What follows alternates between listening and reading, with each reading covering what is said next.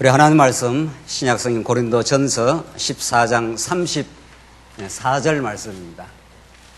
찾으신 줄 알고 봉독 드리겠습니다. 모든 성도가 교회에서 하는 것 같이 여자들은 교회에서 잠잠하여라.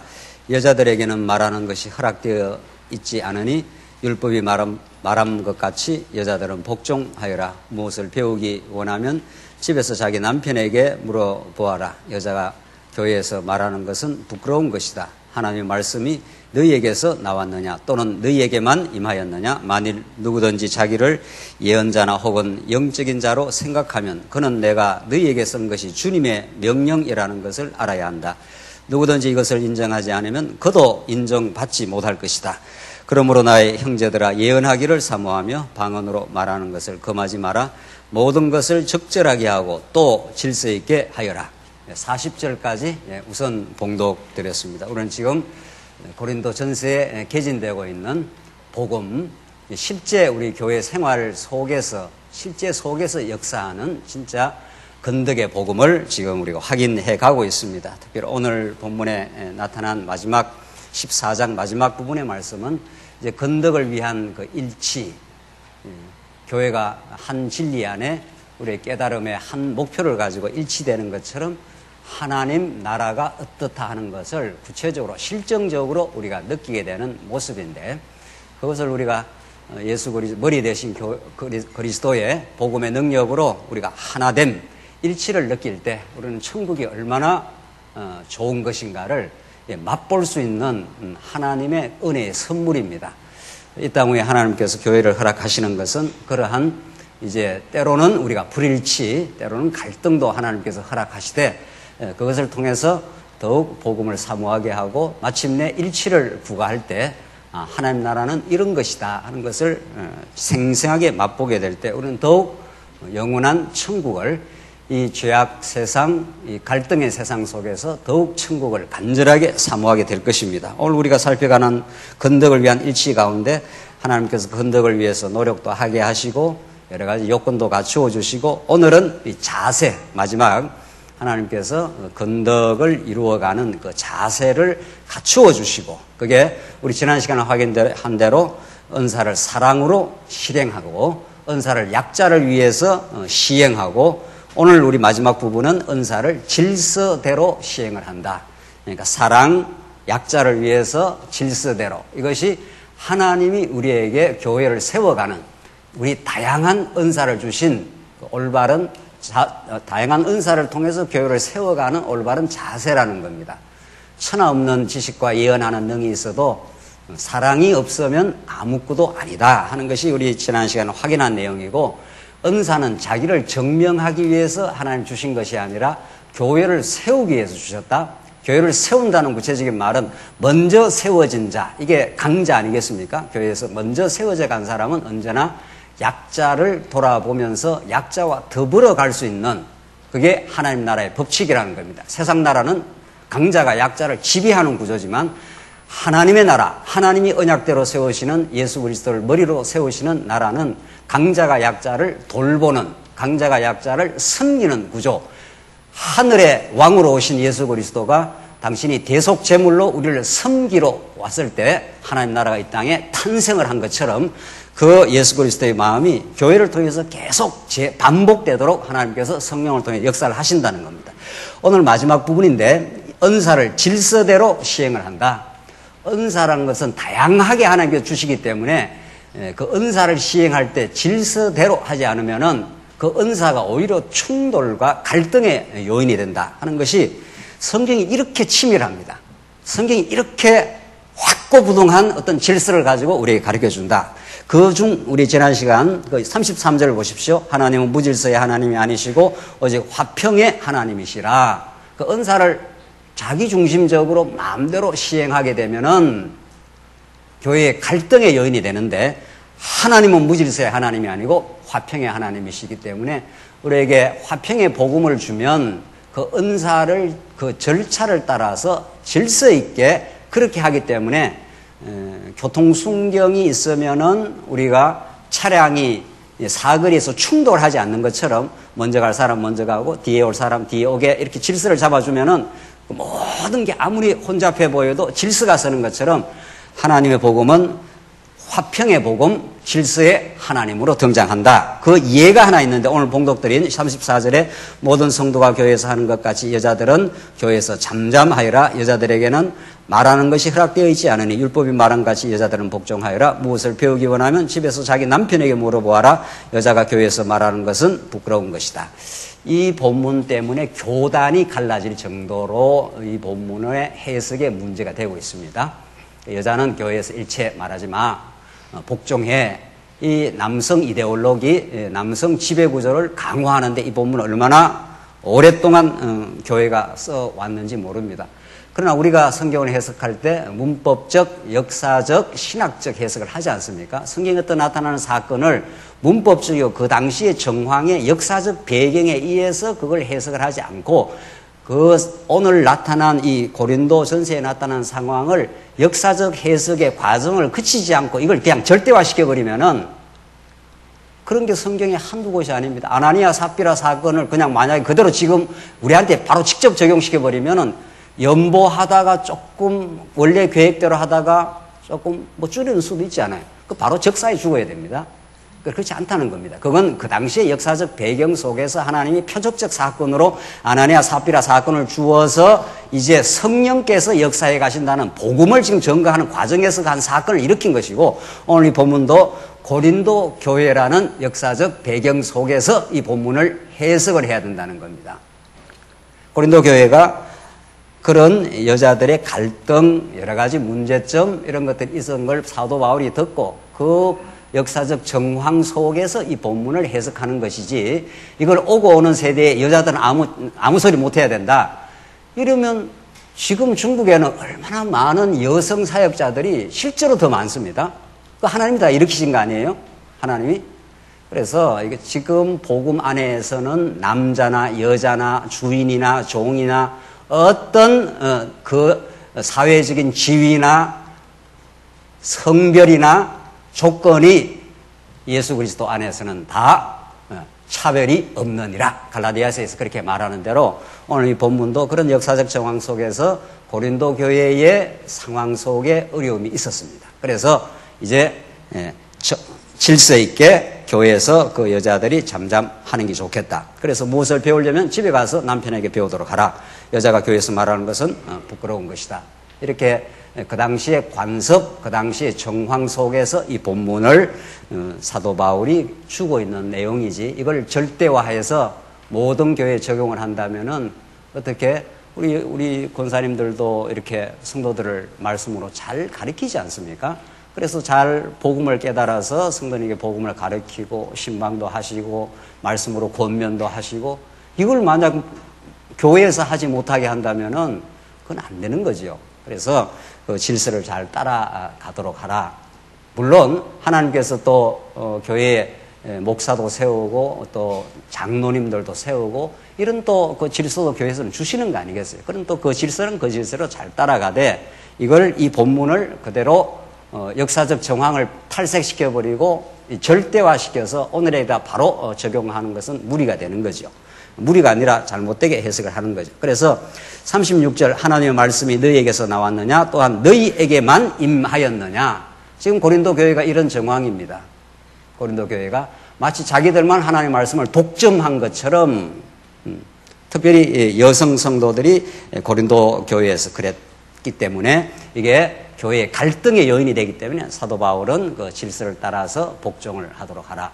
그렇게 해서 그 질서 있게 말을 하게 되면 말을 하도록 하라. 그렇게 이 본문을 이해하는 게 옳습니다. 그리고 36절이 정말 중요합니다.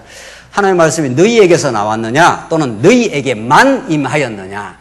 이게 모든 오고 오는 교회에서의 진리를 깨닫는 집단에서 생길 수 있는 부작용입니다.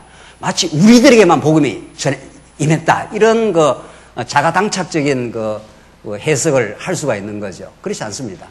우리에게도 하나님께서 은혜의 선물로 성경 전체를 언약 중심으로 볼 수 있는 좋은 말씀이 임한 거지요.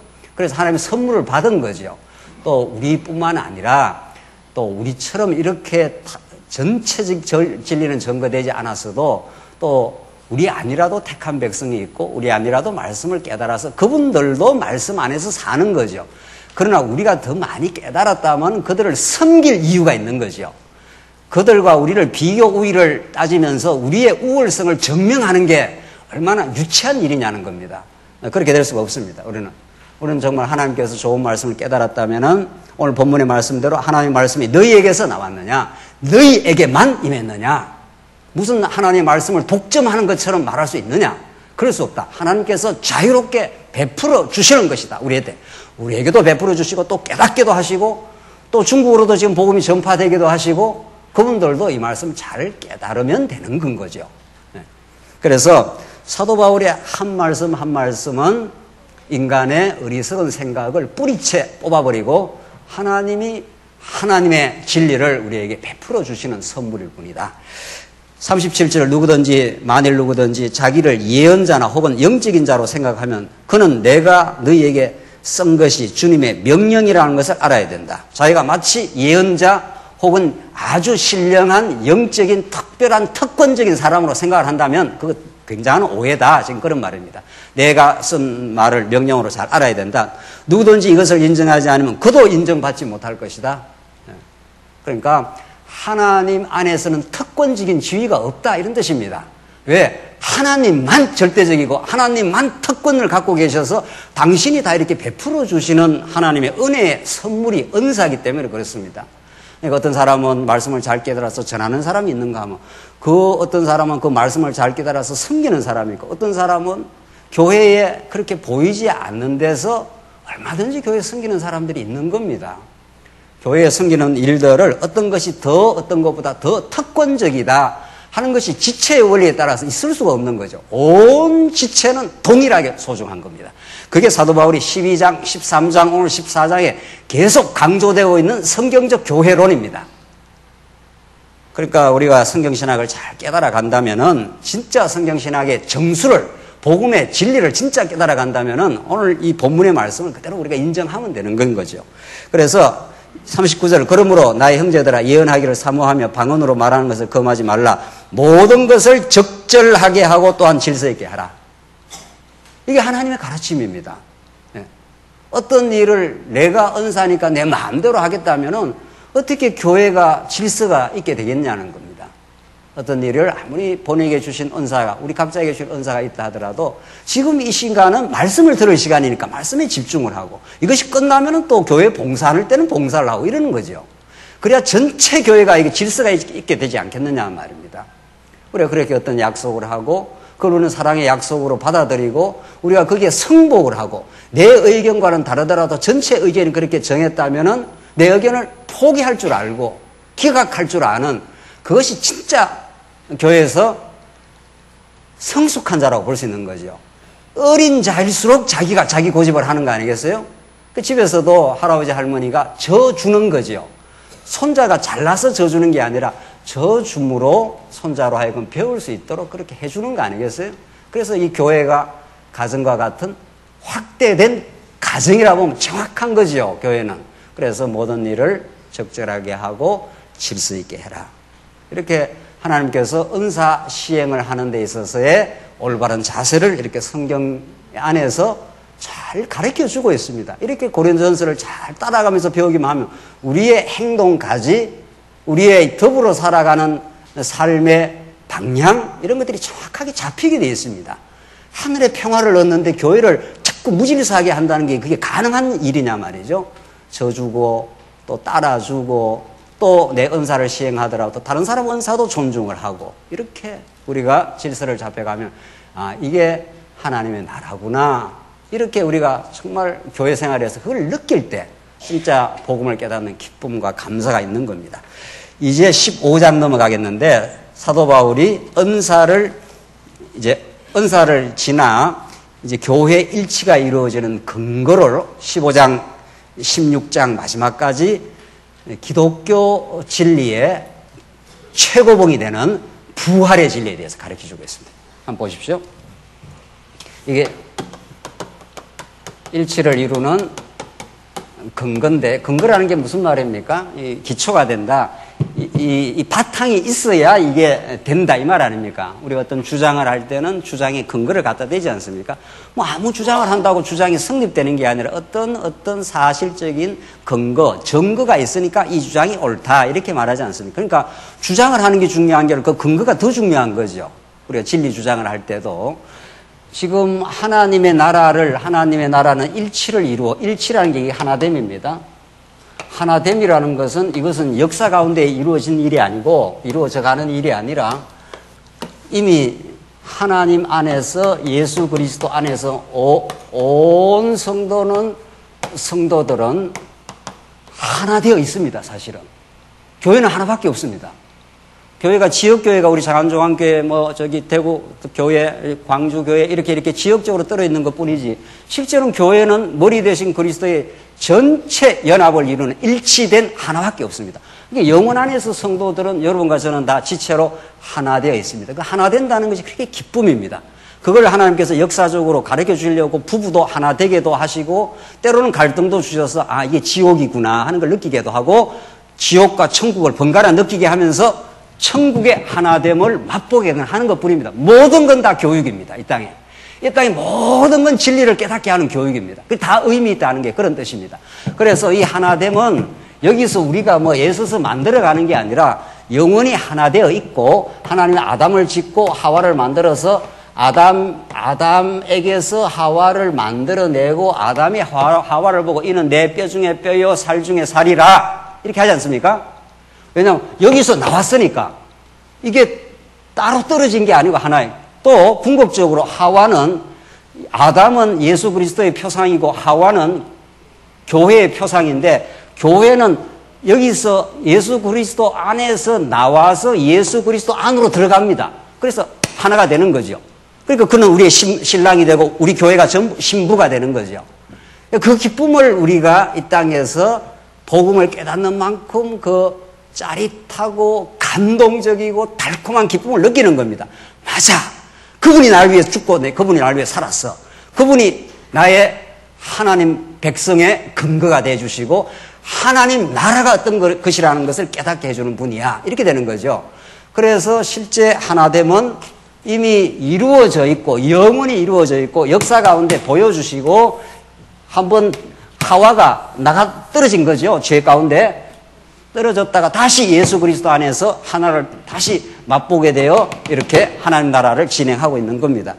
그래서 이런 일치를 이루는 근거가 있는데 최종 근거입니다. 오늘 본문은 고린도전서가 이렇게 전개되면서 앞부분에서는 엄청 십자가 사건을 강조하고 뒷부분의 마지막에서는 부활을 강조하는 이런 구조로 딱 되어 있습니다.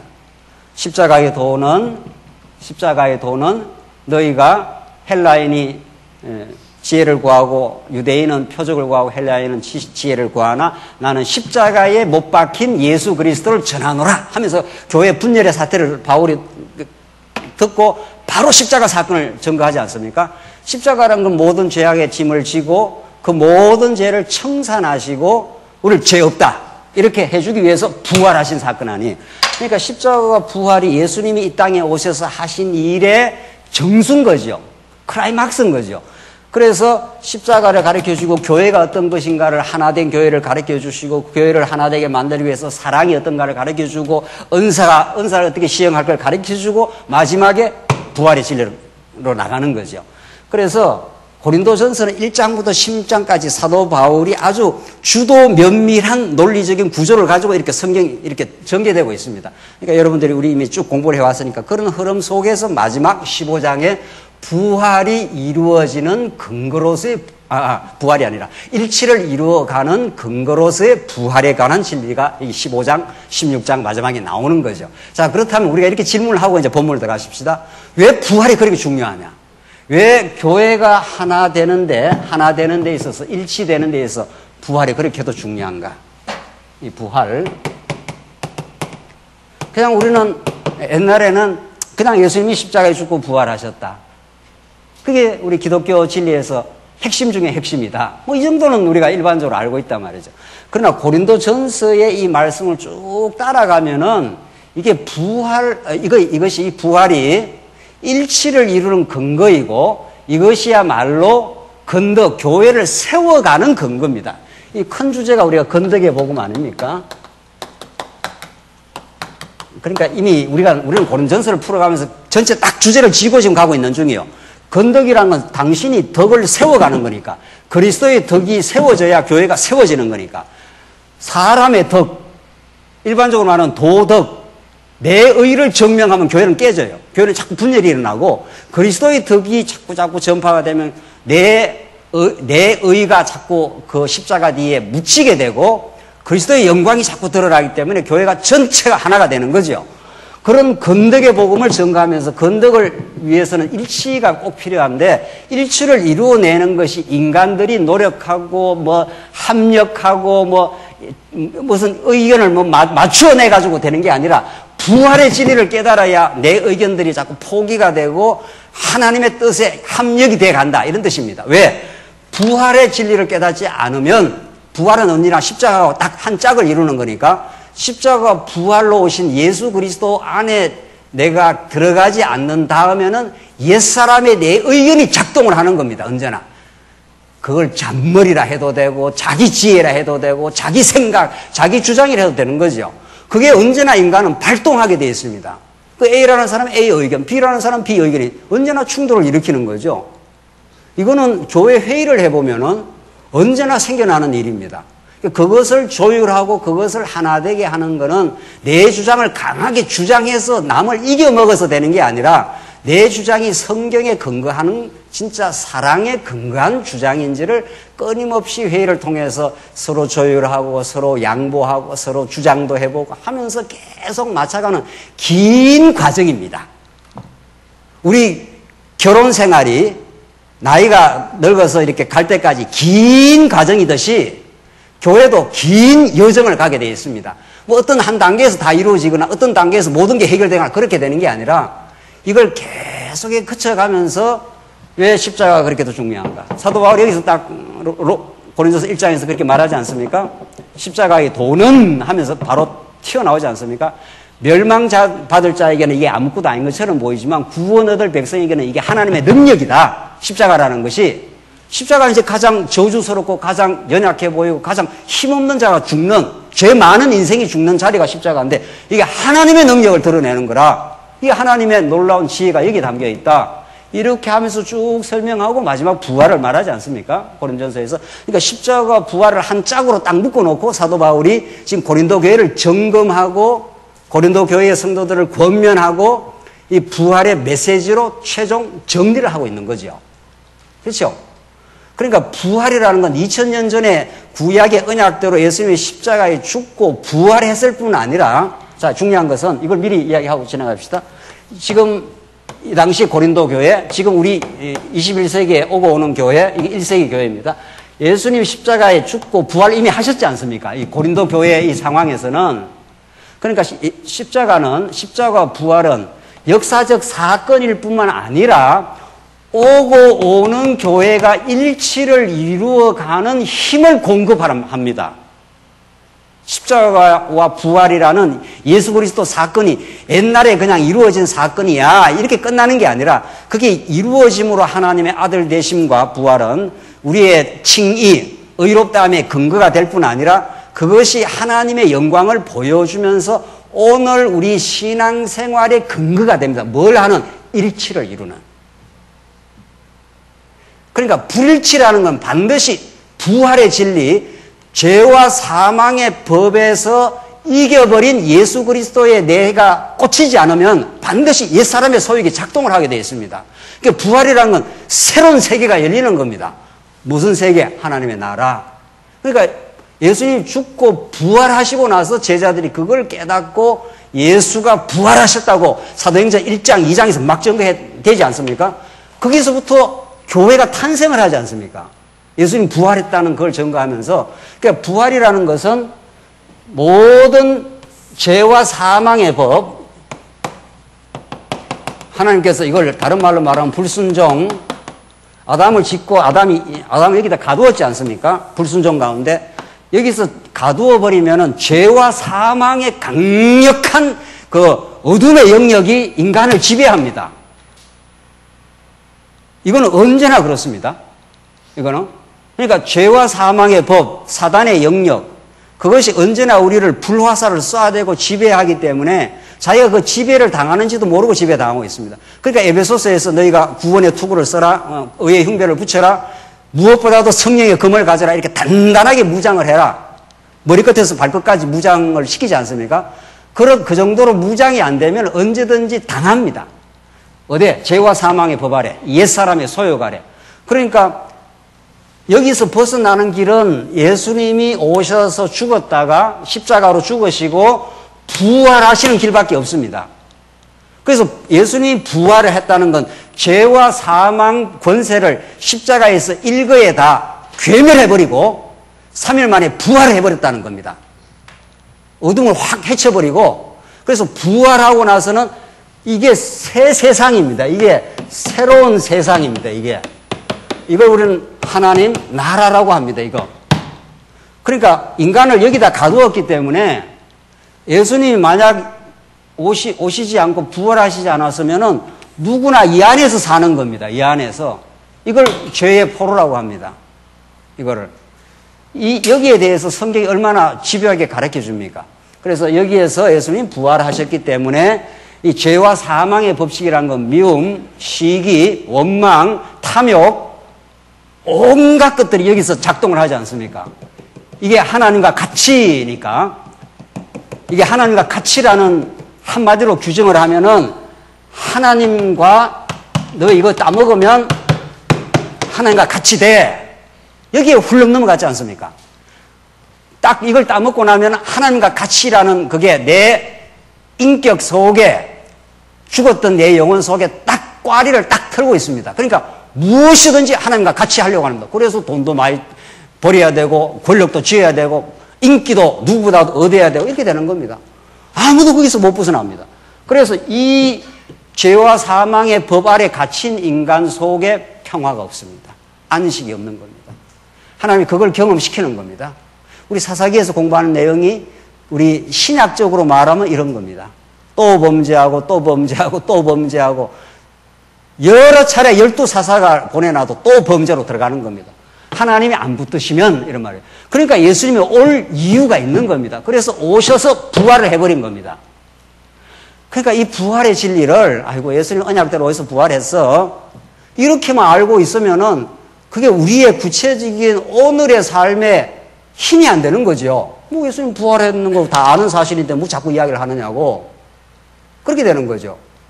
자꾸 이야기하는 게 아니라 성경은 이미 로마서에서도 예수님 우리 죄 때문에 십자가에 죽으시고 예수님이 3일 만에 부활하셔서 우리를 의롭다 하신 근거가 되었다. 이 로마서에 이미 가르쳐준 내용이에요. 그걸 고린도 전후서의 역사적 정황 속에서 다시 설명을 하는 겁니다. 왜? 갈등을 일으키고 있는 거니까. 여기 지옥이니까. 이 죄와 사망의 법은 지옥을 경험하는 겁니다. 아, 지옥 가면 이런 거구나. 지옥 가면 절대로 사랑하지 않습니다. 절대로 용서 없는 겁니다. 절대로.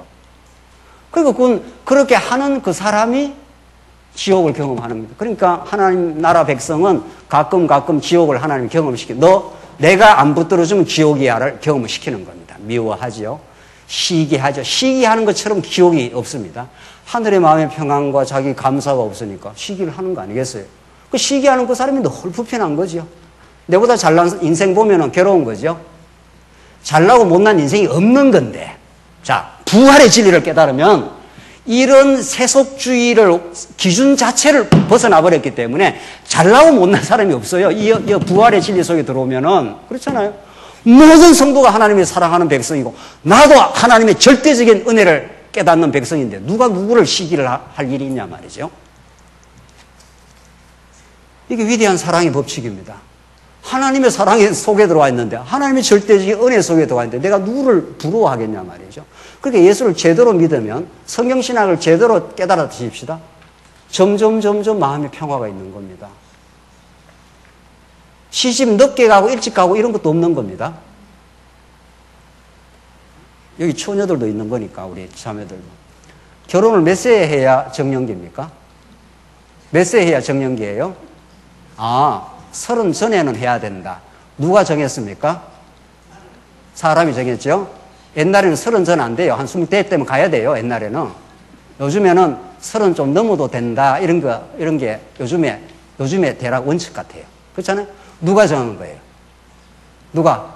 그것 때문에 엄청 스트레스를 받는 거예요. 이제 나이가 30이 지나가면. 어떤 놈이 정한 거예요, 그거? 그 놈이 정한 겁니다. 어떤 놈이 정한 거예요, 그 놈이. 그게 왜 따라가야 되느냐, 이거예요, 우리가. 여기서 정한 법칙들이 세상이 그렇게 정해요. 아, 인류대학 가야 행복하다는 걸 누가 정한 거예요? 누가? 하나님이 정했습니까? 여기서 정했다니까요? 이놈들이 정했다니까요? 네. 이 세상 사람들이 정한 거예요. 인류대학 가야 행복하고 30 넘기 전에 가야 된다 하는 걸 누가 정했냐 말이죠. 우리는 그 기준에서 벗어난 사람들이에요. 하나님 때가 되면 가는 겁니다. 안 가면 마는 거고. 하나님이 안 붙이는데 혼자 시집 가고 장가 가요? 하나님 붙여야 가는 거고. 하나님이 정한 게 법입니다. 하나님이 정한 게 그게 진리입니다. 왜 세상이 정한 거에 따라 내가 놀아나야 되느냐 이 말입니다. 우리가. 그래서 우리가 예수를 믿고 진짜 부활의 진리, 오늘 이제 15장 들어가십시다. 이걸 깨닫고 나면 그렇게 자유를 얻습니다. 어디로부터? 죄의 기준으로부터 자유를 얻는 겁니다. 그래서 내가 세상에 대해서 적용받을 이유가 없는 겁니다. 늦게 갈 수도 있는 거고 좀 빨리 갈 수도 있는 거고 그것 때문에 내가 스트레스 받을 이유가 뭐냐 말이죠. 어떤 놈이 정한 것 때문에. 하나님이 정했으면 스트레스를 받아야죠. 15장 보십시다. 진짜 복음이, 부활의 복음이 얼마나 우리한테 중요한 복음인가를 바울은 우선 부활이 역사적 사실이라는 걸 증명을 합니다. 부활, 정신적 부활이 있다고 소리 하는데 그런 거 아니고 진짜 부활했다. 그것 때문에 우리가 얼마나 소망이 있는지 모른다. 1절로 보십시다. 1절로 부활의 진리, 1절로 11절인데 성경대로 그리스도가 죽어서 부활했다는 걸 사실이라는 걸 증명합니다. 형제들아 내가 너희에게 전한 복음을 너희에게 일깨워 주려고 하니 너희가 받았으며 또한 그 가운데 서 있다. 만일 너희가 내가 전한 그 말씀, 그 복음 아닙니까? 그 말씀을 굳게 붙잡고 헛되이 믿지 않으면 그 복음으로 말미암아 너희도 구원을 받은 것이다. 자, 구원을 받은 것이다 하는 말도 이제 여기에서 이렇게 벗어났다 이런 뜻입니다. 구원이라는 건 죄와 사망의 법, 어두움의 괴계의 법, 사탄의 통치가 있는 곳, 어떤 놈들이 정해놓은 세속적인 법들 이런 겁니다. 거기에서 완전히 벗어났다 이런 겁니다. 그게 구원입니다. 천국 가는 것도 구원이고 이 땅에서도 이런 그릇된 세속주의가 나를 자꾸 괴롭힌단 말이죠. 너 그러면 안 돼. 그러면 망했어. 여기서 다 정한 법이에요. 사업하다가 망한 거냐 말이죠. 안 망했습니다. 사업이 망할 뿐이지 인생이 안 망해요. 절대로. 그래서 여기서 정한 모든 것들로부터 구원을 얻었다 이런 뜻입니다. 벗어나 버렸으니까 거기서 우리는 새로운 법에 들어와 있는 겁니다. 하나님의 법, 사랑의 법, 천국의 법 속에 들어와 있는 겁니다. 그 말입니다. 지금 3절 내가 받은 것을 먼저 너에게 전하였으니 그리스도께서 성경대로 우리 죄를 위하여 죽으시고 무덤에 묻혀졌다가 성경대로 제3일에 살리심을 받아. 이게 얼마나 중요한 이 본문인지 모릅니다. 부활의 진리를 우리가 정말 언약의 진리를 배우고 있잖아. 이게 부활했습니다. 예수님이. 부활한 게 그냥 예수님이 2000년에 부활했다 이래 갖고 되는 게 아니라 언제 성경대로 이 성경대로는 이 구약입니다. 여기서 구약의 부활에 관한 메시지가 뭐 하나 둘이 아닌 거죠. 우선 성막 보십시다. 성막. 이스라엘 백성들이 이렇게 성막에 들어가서 죄를 범했을 때 양을 잡아가지고 피를 가지고 이렇게 성소로 지나서 지성소에 가서 피를 이렇게 뿌리지 않습니까? 그러면 이스라엘 백성들의 모든 1년 내내 지었던 광야를 거치면서 지었던 모든 죄를 다 사해버립니다. 하나님이. 그러니까 죄를 끌어안고 있는 동안에는 인간은 자유하지 않는 겁니다. 죄가 우리를 코를 딱 꿰가지고 질질질 끌고 다니기 때문에 그러니까 욕망의 포로가 돼서 못 벗어나요. 100만 원 버리면 200만 원, 200만 원 버리면 300만 원, 300만 원 버리면 1000만 원, 1000만 원 버리면 2000만 원을 자꾸 원하니까. 우리 어제 저녁 식사를 하면서 집에서 얘야 하나님 앞에 너무도 행복한 길이 있다. 이렇게 보더라고요. 아빠는 예수를 믿고 나서 감사하는 법을 배웠는데 내게 주신 것으로 감사하고 나니까 부름이 없더라. 내게 주신 것이 하나님이 가장 내한테 적절하게 주셨다고 믿기 때문에 그래서 아빠는 언제나 부자로 산다. 이렇게 별로 부자도 아닌 것 같은데 말이야. 부자라고 그러니까. 가난뱅이가 누군 줄 아느냐? 1,000만 원을 버리고 2,000만 원을 버리는데 3,000만 원을 원하는 사람은 그 사람은 언제나 그만큼 가난뱅이야. 우리는 세상의 법에 따라가는 사람이 아니라 세상의 법에서 초월된 부활의 진리 속에 있는 사람들이에요. 하나님의 통치 속에 있는 사람, 하나님이 주신 것이 최고라고 믿는 사람, 가장 적달하게 내게 주셨다고 믿는 우리 기준. 우리 그렇게 믿으면 오늘 우리 성도들만 그 기준을 믿음으로 받아들이기 시작하면 여기가 천국이 확장되는 여기가 진원지가 되는 겁니다. 우리가 천국을 못 누리는데 어디 가서 천국을 전하겠어요?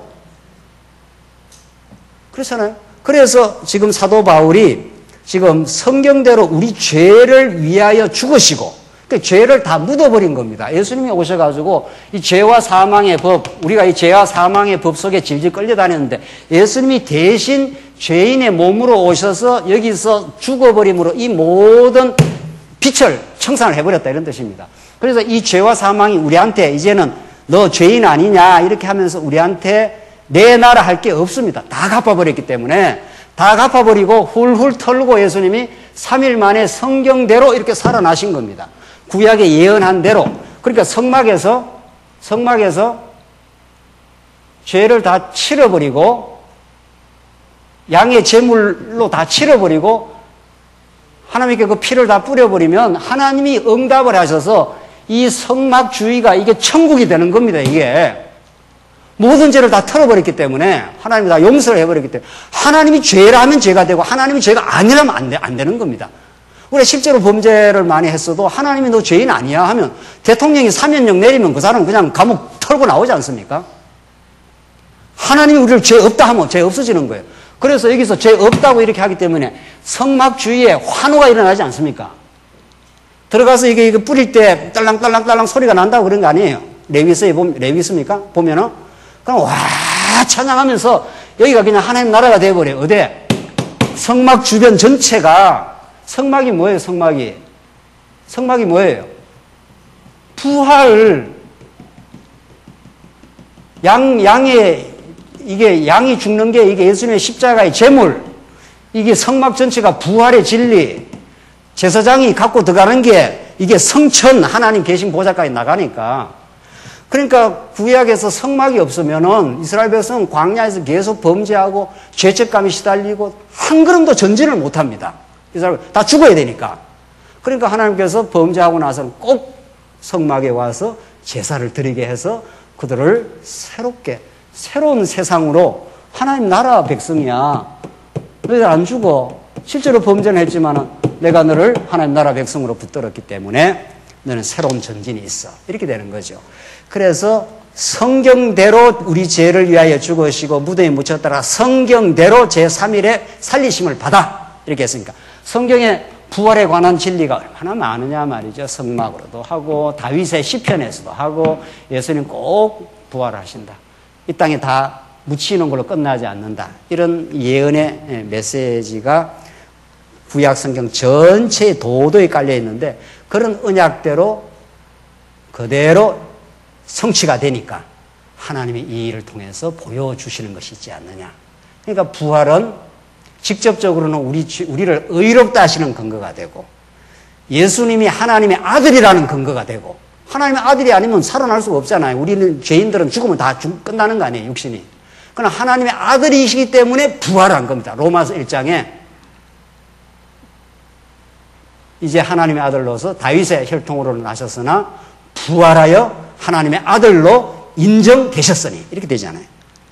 그리고 최종적으로는 부활이 새로운 이제 죄와 사망의 권세 아래 살아가던 죄의 노예로 살아가는 우리가 하나님의 종으로 이 세속주의 가치를 훌쩍 뛰어넘는 새로운 가치관으로 하늘나라 가치관으로 영원한 나라를 소망하는 가치관으로 이렇게 살 수 있는 근거를 주셨다는 겁니다. 분열과 갈등의 가치관에서 일치와 하나됨의 가치관으로 그렇잖아요. 그렇게 주셨다는 겁니다. 그래서 부활이 아니면 일치를 만들어낼 수가 없다는 겁니다.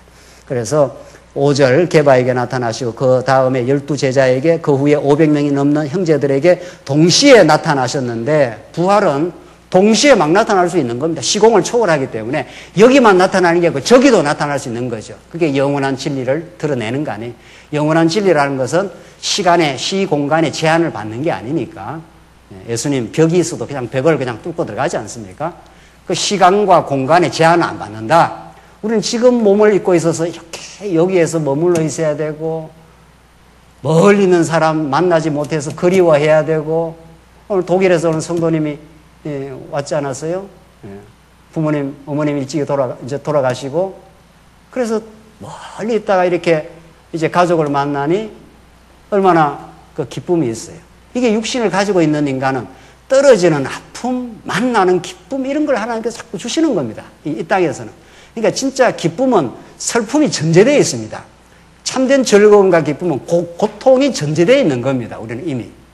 고통 없이 즐거움도 없는 겁니다. 십자가 없이 부활이 없는 겁니다. 그러니까. 그렇게 하나님이 이 땅에서는 안타깝게 해놓고 또 거기에 우리의 또 기쁨의 근거도 되는 거지만은 이게 오늘 나온 대로 500명에게 동시에 하나님이 예수님이 나타날 수 있는 거죠. 우리 나중에 천국 가면 그런 모든 시공의 모든 제한을 우리는 벗어나는 거죠. 그 가운데 대다수가 지금까지 살아있고 어떤 이들은 잠들었다. 그 후에 야고보에게 나타나시고 그 다음에 모든 사도들에게도 맨 나중에 만삭되지 못하여 난 자 같은 내게도 나타나셨다. 이 역사적 사실이다. 이게 부활이라는 게 잠꼬대가 아니다. 어떤 사람이 몽롱하게 아마 내가 부활할 거야 이렇게 관념 속에서 하는 게 아니라 실제로 여러 사람에게 나타났기 때문에 여러 사람이 부활의 증인이 다 되어버렸다. 바울은 지금 그렇게 말함으로 하나님의 진리는 이론으로만 드러나는 게 아니라 실제 사실로도 드러나서 진짜 하나님 살아계시는 보여주신다. 그래서 9절 나는 사도들 가운데 가장 작은 자이다. 사도 바울 이 표현을 너무도 즐겨 쓰지 않습니까? 에베소서에도 쓰고 사도 바울이 사도 중에 사실은 큰 자입니다. 많이 깨달았습니다. 많이 깨달을 뿐 아니라 많은 사도 바울 서신을 썼지 않습니까?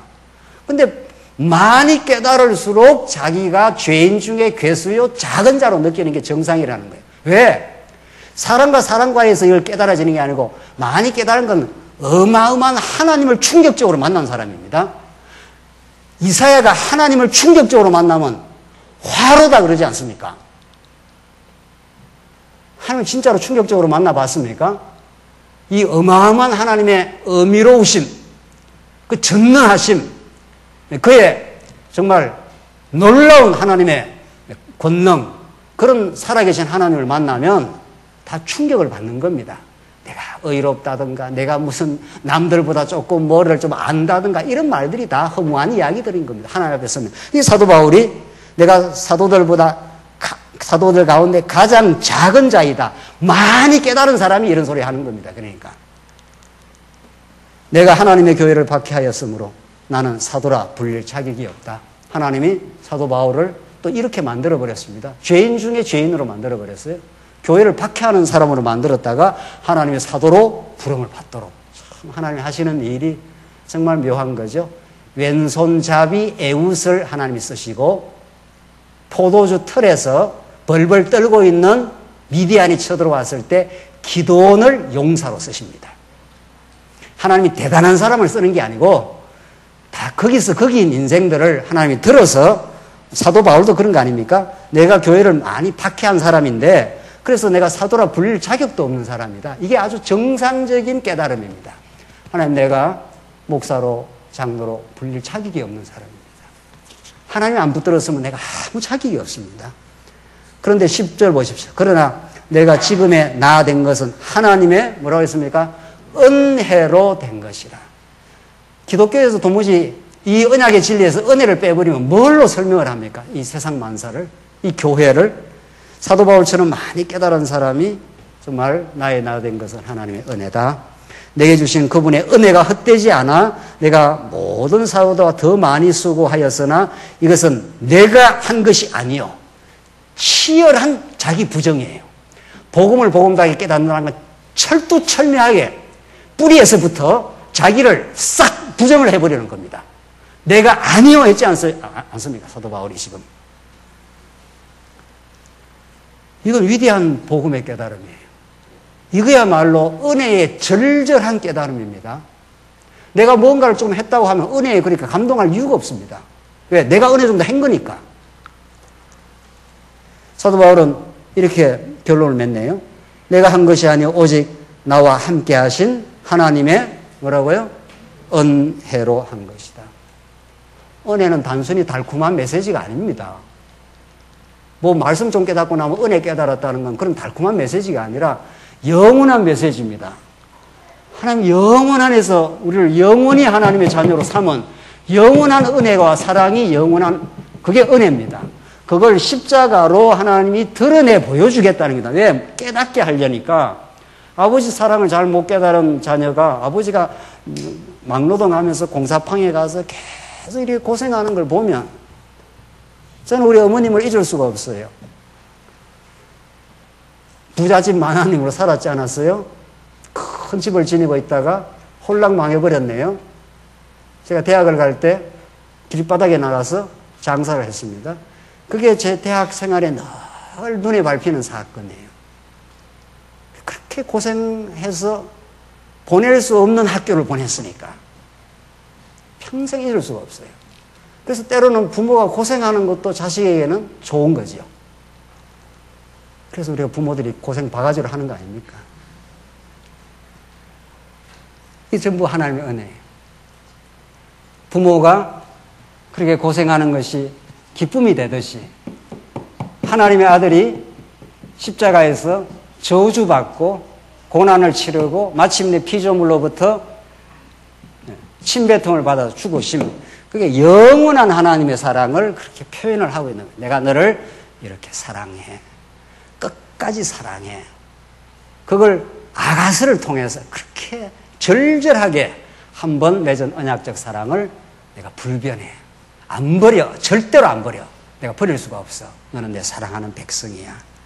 그렇게 사도 바울은 부활의 진리를 전가하면서 부활을 통해서 드러내는 하나님의 은혜, 그 영원한 생명, 그 영원한 나라, 그것을 이렇게 잘 가르쳐주고 있습니다.